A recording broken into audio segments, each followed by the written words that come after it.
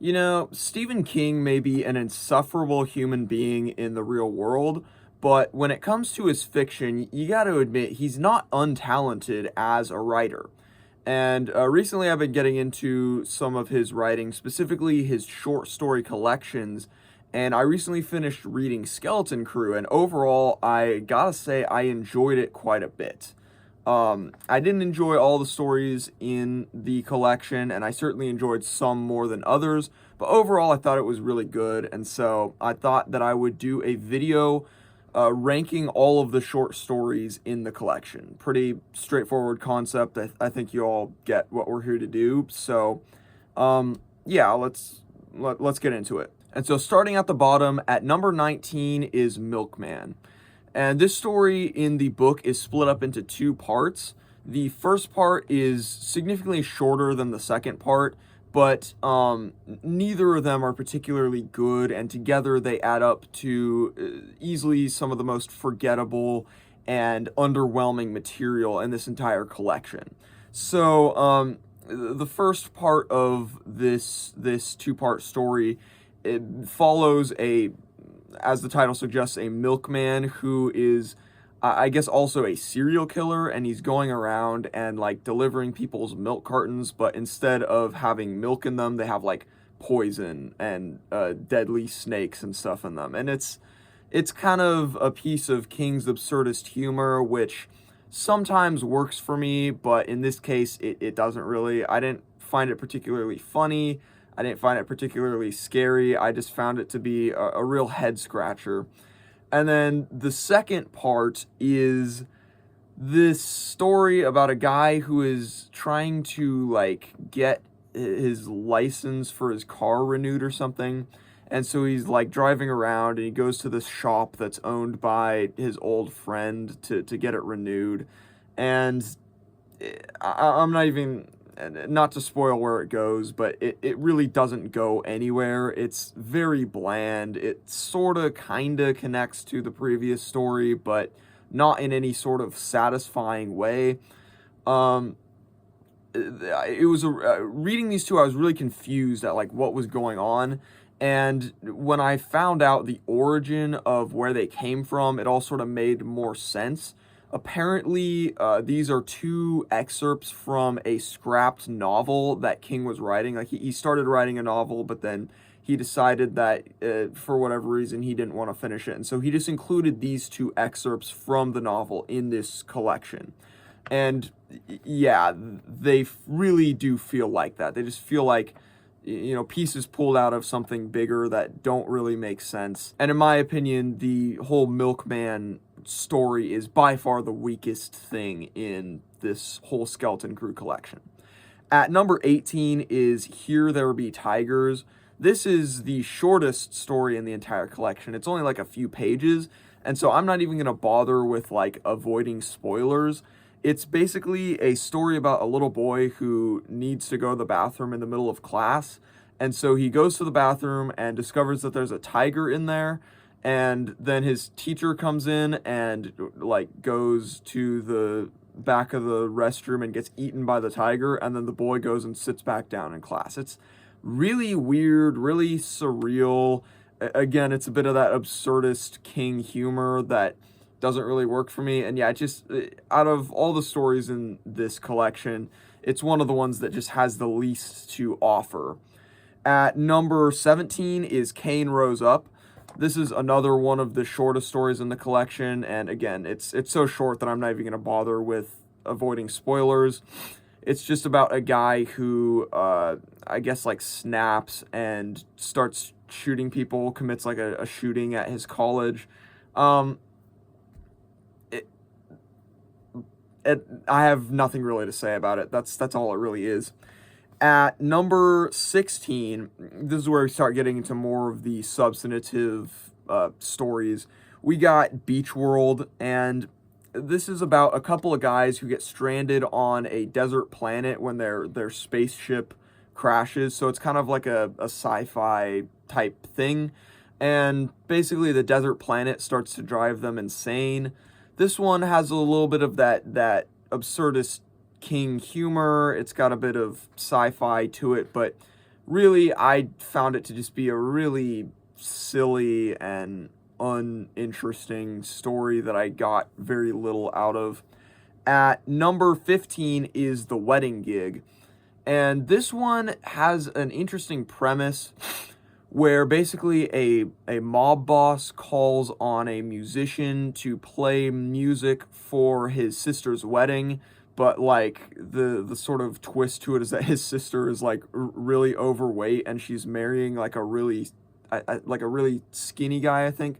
And so the mob boss is afraid that people are going to laugh, and so like the musicians have to like play loudly to distract people from laughing. It's kind of an odd premise, but it's a premise that could have been interesting and could have, you know, gone somewhere, but it just never really does. The ending of the story is like, okay, I guess that's a story, I guess. Yeah, not really my favorite in the collection.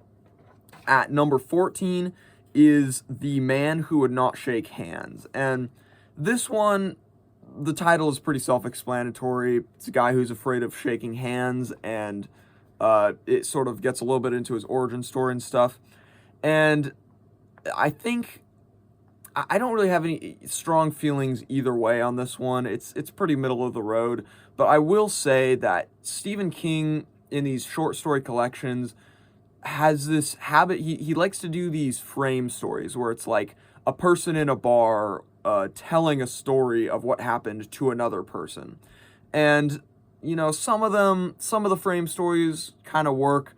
So most of them I could have done without. And I think out of all of the frame stories that I've read in any Stephen King short story so far, this is by far the most like needless one. Just, I don't understand why there's a frame story here. It should have just been done as a straightforward story.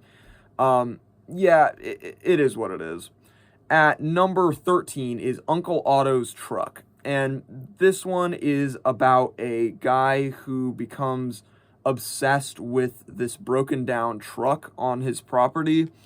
And it's an interesting premise, but kind of like with The Wedding Gig and with The Man Who Would Not Shake Hands, the premise is interesting, but it doesn't really go anywhere all that interesting. And I think the ending of the story is really silly and really campy and doesn't work all that well for me. So, again, not really my favorite story in the collection. At number 12 is Word Processor of the Gods. This is a story about a guy who is gifted a magical word processor that has the power to like enter and delete things from existence. And so it's like a wish granting machine basically. And it's not really a horror story. The premise is so, but I think the most interesting thing about it is just like the family dynamics between this guy and his family and his brother's family that come into play throughout the story. I think some of those dynamics are interesting and kind of raw and kind of emotionally resonant. So that stuff's cool, but overall the story is just kind of so. At number 11 is The Reach. And this is about an old woman on an island who decides that her time has come to depart from this world. And I think it's the perfect way to end this short story collection. Like, I applaud him for finding such a perfect and great ending to the collection. And so this one, it really works on that level. It's a little bit overly long, a little bit bloated, which is an issue with many Stephen King stories, but I think it's a good ending to the collection. It's a decent story, and yeah, I kind of like it. At number 10 is going to be The Reaper's Image, and this is the point on the list where, like, from here on out, all these stories are good, and I feel pretty positively towards all of these. The Reaper's Image is a pretty simple, straightforward, but atmospheric story about an evil mirror, basically. This mirror that has like a sinister history attached to it. It's not very long, and there's not really anything all that surprising or twisty about it. I just found the whole atmosphere of the thing to be effective and cool, and yeah, I enjoyed it. At number 9 is The Ballad of the Flexible Bullet. And this is about an editor, a novel editor who is kind of insane, who's a little bit out of his mind, and he connects with this writer who is also insane and out of his mind, and it's about the ways that these two characters sort of feed into each other's delusions and end up making each other worse. And it's an interesting story. The way the thing about it that really connected with me is the way that it explores the topic of madness and mental instability. And there's some lines in here that connected with me on a really personal level that kind of unsettled me, because I've had my own seasons of not so great mental well-being and kind of toying around on the edges of madness. And so reading this story, it unsettled me a little bit, I gotta say. I like many of his writings. I think it's a tad bit too long, but and the ending maybe isn't quite as impactful as I was hoping it was going to be. But overall, I thought it was a pretty solid story about mental illness that explores it in an interesting way. At number 8 is Mrs. Todd's Shortcut. And this is about a younger man who encounters an older woman who has this obsession with shortcuts. She keeps trying to find shorter and shorter routes between these 2 points. And eventually her shortcuts become so short that there's fewer miles. She drives fewer miles between these 2 points than there are between the 2 points. Like the roads are shorter than the distance as the crow flies. And it's a really fun, creative little concept.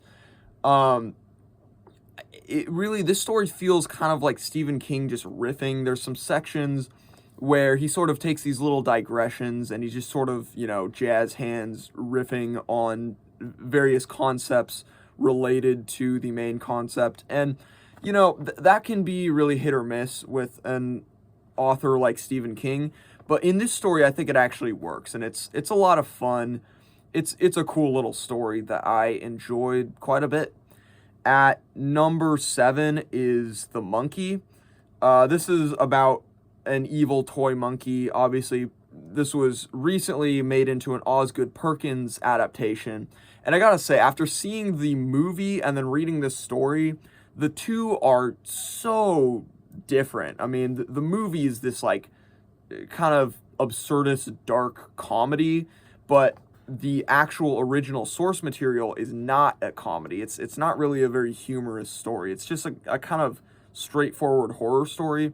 And I gotta say, this one feels like it's right out of Night Shift. It feels like a leftover from Night Shift, because Skeleton Crew is a little bit more of a literary horror collection, where Night Shift was a little bit more on the campy monster horror side.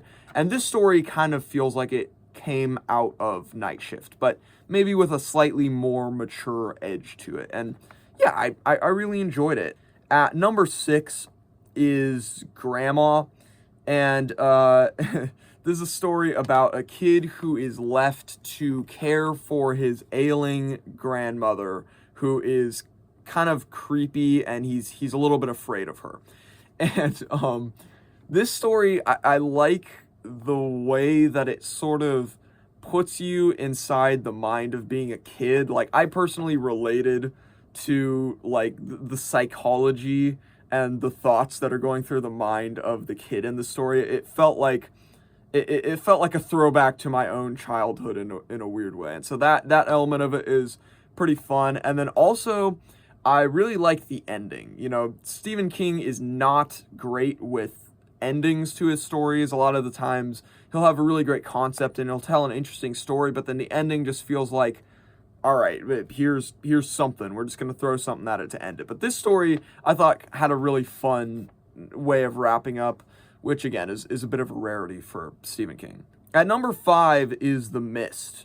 And this one is by far the longest story in the collection. It takes up almost a quarter of the book. It's really not even a short story, it's a novella. But even though it is the longest, it is not the best, in my opinion. It is pretty good overall. I love the concept where basically this group of townies get stuck inside of a store when this mysterious and deadly mist rolls over their town. And it's a cool concept. It harkens back a little bit to like H.P. Lovecraft. It feels very cosmic horror, and I always love me a good cosmic horror story. But the reason why I like it but don't love it is mainly because of the ending. The ending of the story is not particularly good. In fact, it doesn't even really have an ending. It just sort of stops. And this is, of course, a recurring issue with Stephen King, not knowing how to end his stories. And I think this is one of the most, like, obvious examples of that, where it just feels like he sort of painted himself into a corner and he's like, all right, I guess that's it. And, you know, the film adaptation of this story is worse in just about every way. It's a pretty bad movie, but I will say the one element that they did kind of get right in that movie is the ending. And even Stephen King has admitted that the ending of that movie was creative because, you know, it gives something for the story to work towards. Whereas this story just kind of feels like a long march into nothing. So it's good, it's creative, I like it overall, but it's not a story that I like love. But a story that I do pretty much love is my number 4 pick, which is The Jaunt. And this is a story about a family who are about to travel using this futuristic teleportation device called The Jaunt. And while they're waiting for their turn to like use the machine, the father tells his children the story of how the Jaunt got invented. And it's a pretty cool concept. I really like just the ideas that it presents. But the real cherry on top of the story, the thing that makes it great, is the ending. The ending of this one is super unsettling and it's just super great. It's probably, no, I'm not even gonna say probably, it is definitely the best ending of any story in Skeleton Crew, and probably one of his best short story endings ever. Just really great stuff. And so The Jaunt, I love it. At number 3 is going to be Nona. And this is a story about a drifter who meets this really beautiful woman in a bar. And the two of them sort of immediately form this connection. And together they go on a violent spree. And the thing about this story that I love is just how vivid the writing is. Like, reading the story, it's like I can feel the snow and the cold wind on my face. Like, it sucks you in and puts you in the shoes of this character in a way that honestly no other story in this this collection manages to really do. Super gripping stuff. It honestly could have been number 1, except for my one issue with the story, which is the ending. I'm not fully sure what I think of the ending, but despite that one thing, this story overall is just really great, really vivid, really exhilarating, and I love it. At number 2 is Survivor Type. And this is a story about a surgeon who gets stranded on an island when his ship sinks. And basically, it's a story about how much a person can survive if they have the will to survive. And so it's sort of like this constantly escalating thing of like, how far is this character going to go in order to try to survive and make it off of this island? And um, it's pretty disturbing. Goes to some pretty nasty places, but I personally just found it to be really fantastic and brilliant, and it had me just absolutely engrossed from start to finish, basically. But at number one, my favorite story in this entire collection has got to be The Raft.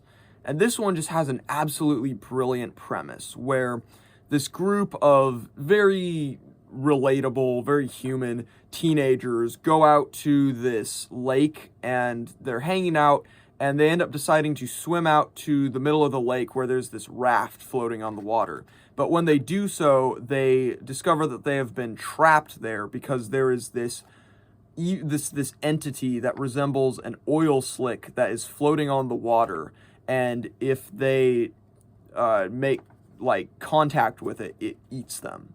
And it sounds like a dumb concept, but the way that it's written is just brilliant, and it's genuinely scary. And the thing that I love about the monster in this story, this sort of cosmic horror entity that is hunting them, is that it's not evil. It's not like an evil being that enjoys the suffering of people or whatever. It's actually just like it's an animal. It's like an instinctual predator that just wants to eat. And the human beings in this story are its prey. And something about that sort of cold, calculating energy that this creature has, I just find to be really chilling and really terrifying. And I think Stephen King writes it in an absolutely brilliant way. The one slight complaint that I have is that he works this sort of awkward sex scene into the story that I personally found to be not all that believable or realistic. Stephen King, obviously very perverted, sexually perverted human being, and that comes out in a lot of his writings, and it's sort of an annoyance that I have with some of his stories, and it's a mild annoyance that I have with this one. But putting aside that one scene, I think that overall the story is really creative, really brilliant, and I absolutely loved it. And yeah, that is Skeleton Crew. That's all the stories in the collection ranked. Let me know in the comments if you've read the book, like what your favorite stories are, what your least favorite stories are. Tell me where I'm wrong. Of course, I'm not wrong because all my opinions are objectively correct. But if you disagree with me, let me know how you're wrong. And yeah, with that said, I will see you in the next review.